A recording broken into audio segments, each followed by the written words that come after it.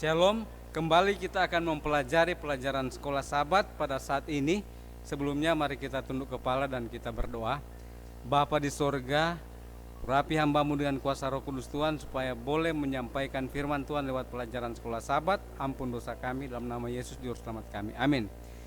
Judul besar sepanjang minggu ini yaitu Meterai Allah dan Tanda Binatang bagian kedua. Nah, seperti kita ketahui bahwa meterai Allah itu adalah pemeliharaan hari Sabat dan tanda binatang adalah pemeliharaan hari Minggu. Tetapi belum ada yang menerima tanda binatang sampai undang-undang itu diadakan. Kemudian semua orang akan memutuskan apakah mereka akan menerima meterai Allah atau tanda binatang. Dan judul kita pada saat ini yaitu luka yang mematikan. Saudaraku yang kasih, pada saat kita mempelajari Wahyu 13 dan Wahyu pasal 14, ini adalah mewakili sistem penyembahan palsu yang akan terjadi di seluruh dunia. Saudaraku yang kasih, ini sudah berlaku pada waktu yang lalu, tetapi nubuatan ini akan berulang di masa depan. Kita tidak tahu kapan itu akan terjadi, tetapi kita pasti merasakan dan kita pasti mempercayai akan kebenaran firman Tuhan, bahwa di dalam Wahyu 13 ayat 5, Wahyu 12 ayat 6 dan 14 dan Daniel 7 ayat 25 itu adalah sangat berhubungan. Dia yang mengubah waktu dan hukum, kemudian akan menganiaya orang-orang kudus. Dan kita tahu bahwa ada 1260 hari, tetapi di dalam Bilangan 14 ayat 34 dan Yeskiel 4 ayat 6, satu hari untuk nubuatan itu sama dengan 1 tahun. Dan kita mempelajari bahwa ada 42 bulan atau 1 masa, 2 masa dan setengah masa. Kemudian kita mempelajari bahwa sistem ini yaitu sistem kepausan yang sudah berkuasa dari tahun 538 sampai 1798 sesudah Masehi. Ada begitu banyak orang-orang Kristen yang mengikut Tuhan yang mati pada waktu itu. Mereka rela mengorbankan hidup mereka, nyawa mereka karena mereka mempertahankan kebenaran. Salah satunya adalah orang-orang Waldensi yang ada di pegunungan Alpen. Mereka dianiaya tetapi mereka tetap mempertahankan kebenaran firman Tuhan.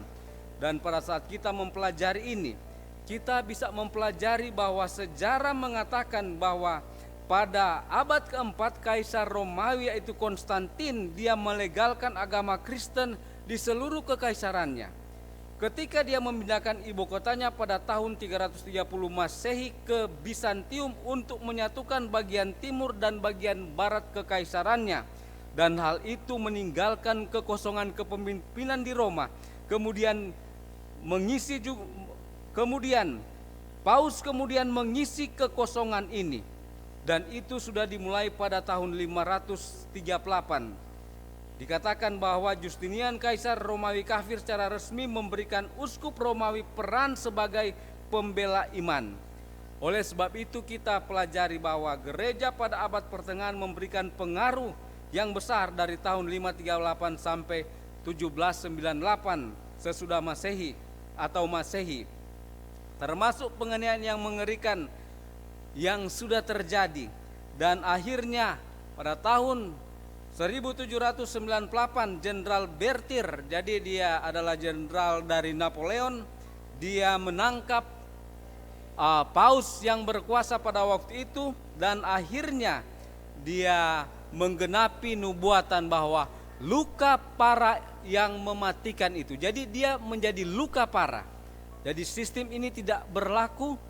Jadi dan akhirnya kita ketahui di dalam sejarah bahwa binatang yang keluar dari dalam bumi di Wahyu 13 ayat 12 yaitu melambangkan kekuasaan Amerika Serikat yang dikatakan seperti Protestan murtad, dia akan memberikan kuasa kepada binatang yang keluar dari dalam laut yaitu sistem kepausan. Dan kita akan melihat apa yang akan terjadi. Kita harus mempersiapkan diri pada sekarang ini. Pada saat waktu yang Tuhan sudah tetapkan, maka undang-undang itu akan berlaku. Dan kita yang sudah menerima meterai Allah yang hidup, maka kita akan mengalami penganiayaan, tetapi kita tidak perlu takut karena kuasa Roh Kudus akan bersama-sama dengan kita. Kiranya Tuhan memberkati kita di dalam kita mempelajari pelajaran sekolah Sabat dalam nama Yesus. Amin.